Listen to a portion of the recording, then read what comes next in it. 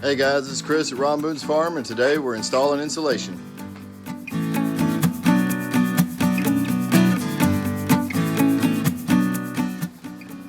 Alright, as I said in the intro, we're going to be putting in insulation today. As you can see behind me, and you may have seen on some of the other videos, we already have some in.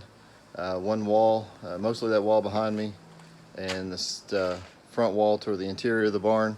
So today, when I did that a couple weeks ago, and just getting back out here to finish the rest of it. So today we're going to be installing the remaining walls and then also the ceiling. And that's what all this on the floor here, I already have it cut. These are all the pieces for the ceiling, if you can see that there. So this is R19 that's going in the ceiling. Fiberglass bats, they got R13 in the walls.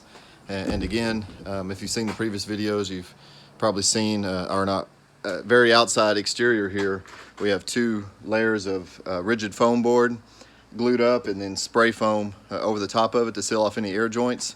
And in this wall cavity, and maybe you can see this, I'm not sure, we also have this entire wall cavity sealed off. About a 16 to 18 inch wall gap there that's going to be sealed off from the outside. It's sealed at the top. Here there was a piece of foam, rigid foam board we ran across and then spray foam that.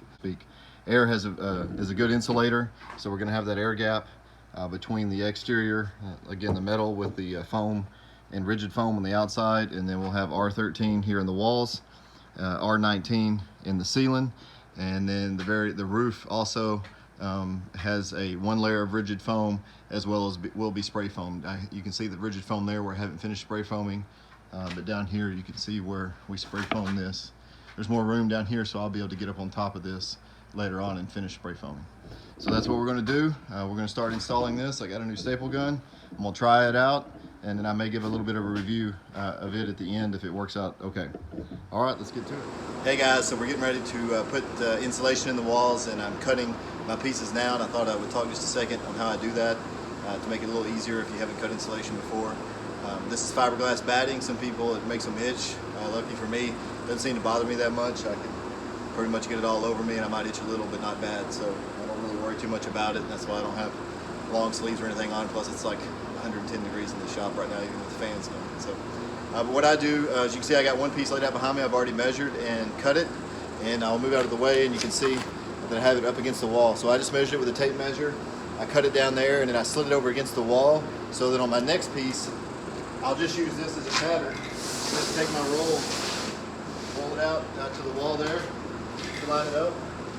I've got this board. I usually use one that's a little bit wider, but this is what I have handy. So hopefully you can still see me here. Let me move the camera a little bit.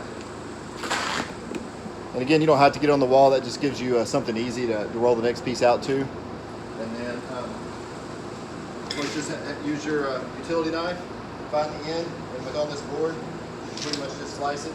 Sometimes you get one more time, and that's it. I'll just take this piece and make a pile. Roll out my next piece.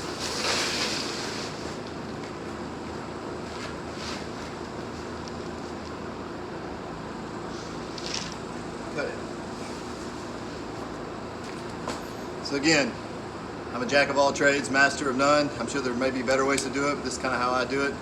Just measure your first piece, have your board to cut with, your utility knife, and then you can just roll it out and cut all your pieces, and then go in and start installing. So we'll probably just add this in the middle of the video, and I'll show you some more once I have some of this installed.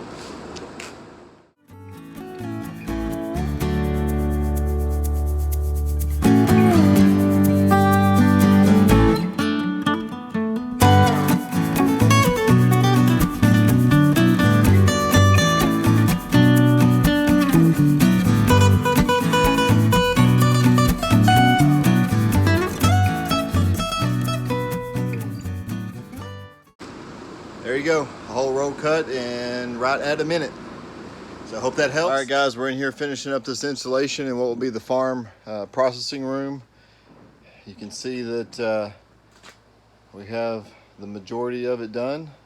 Just got those two little pieces over the door there, and then this one wall here left. So we're gonna get that done real quick. I've shot several pieces of video on the insulation here, so I'll go through and edit all those together. But I did want to talk a little bit about the concept of what we're doing with the insulation. I have had some questions about why it seems like we may be over insulating this barn. So I was going to talk a little bit about, if I can get here where y'all can see me, what the plan is here. So really what we're doing, this barn is overall is like over 3,500 square feet, and there's going to be several rooms throughout both sides of it. Down this side, this is what we're going to be the farm processing room, where we're going to have refrigerators for eggs and cut up meat, places to cut up meat, chickens, that kind of thing, storage, etc. Then the next room will be the tool room, and then we're going to have a workout room down at the end. On the other side, if you've seen the other videos, we have the 2 storage closets. I'll post the link up here to the Shoshugiban burning that we did, but that was those rooms over there. Then there will be a, we can call it kind of like a guest room, a place where there'll be furniture that's like my grandparents' antique furniture, a library, that kind of thing. And then there will be a place on the end that will be an open section for parking the lawn mowers and that kind of thing.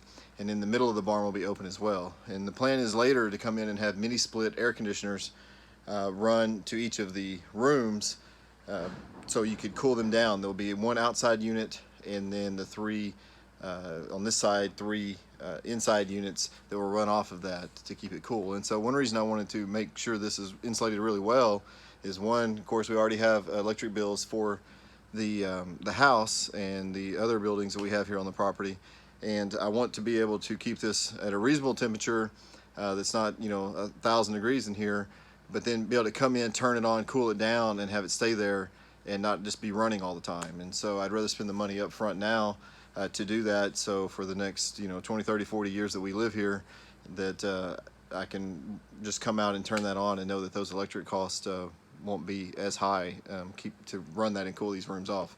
The other part of that is, if for some reason we ever had electric go off, if there was some kind of big ice storm in the area, or for some reason the electric was going to be off for several weeks, then I could turn generators on to either cool these rooms, keep things running that I needed to, and even if we had to move out of the house to sleep at night or something like that, we could cool off a room with, I could set up a window unit or a portable AC unit out here if needed, or even if we had some set up in the house for that, if family members or something needed to come stay, we could do that. So that's kind of my thinking, and so that's why you've probably heard me say that we've got the two layers of the rigid foam board on the walls, glued to the walls, and then spray foam over the top of that to seal that off. Then we have that air pocket. There's about a 16 to 18 inch air pocket between that and the studded up walls right there. And then we're putting R13 fiberglass bats in the wall itself. And then on the roof, we went with 1 layer of rigid foam board, and I would have put 2 up there. I was just afraid the weight, I didn't want that to pull loose at some point with the heat and the cold, with the expanding and contractions up there with that. And so I went with 1 layer and then a layer of spray foam, and then there would basically be all attic space, because you have these ceilings in here and in the middle where you can drive through the barn. Eventually the walls will go on up with a flat roof across the top that's even with the top of the roll-up doors, or maybe a little higher. And so there'll basically be an attic space up there that will all be sealed off anyway. So that's kind of my thinking. Just wanted to put that out there because I wasn't sure that I had explained that in the previous videos. Again, as my friend Rick over at Old Camp Ranch says, I'm not an expert at anything, so this was just my ideas of how I wanted to insulate it. So there's probably better ways to do it. Do your own research and come up with your own best practices. So we're going to get this wall insulated now, and then that will be done, and then have some guys that are going to come here in a week or so that are going to put the plywood up in here for me. It's just something I can't do by myself real easily, and don't really have any help right now. I need to get it done so that I can move on to doing the Shoshugiban burn on the wall, and then start getting the cabinets and stuff in here so I can get them out of the middle of the barn. So we're going to get to that insulation, and then that will be the end of this video, and then we'll have some coming in the future as they get the plywood up. Catch y'all on the next one.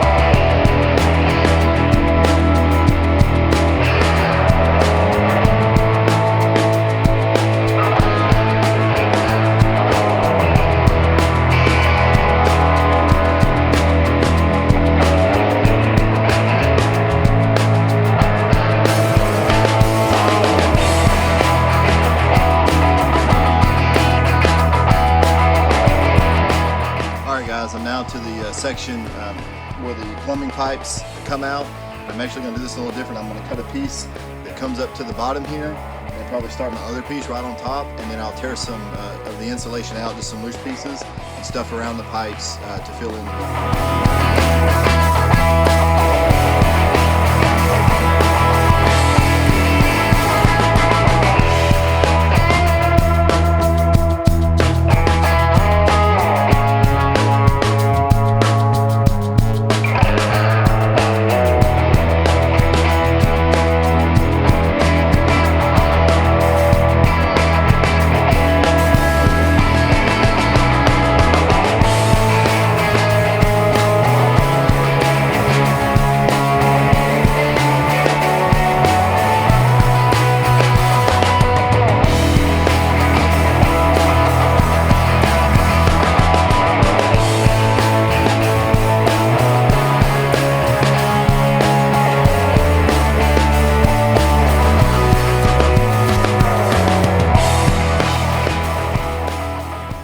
All right, guys, that's where we're going to cut this one off.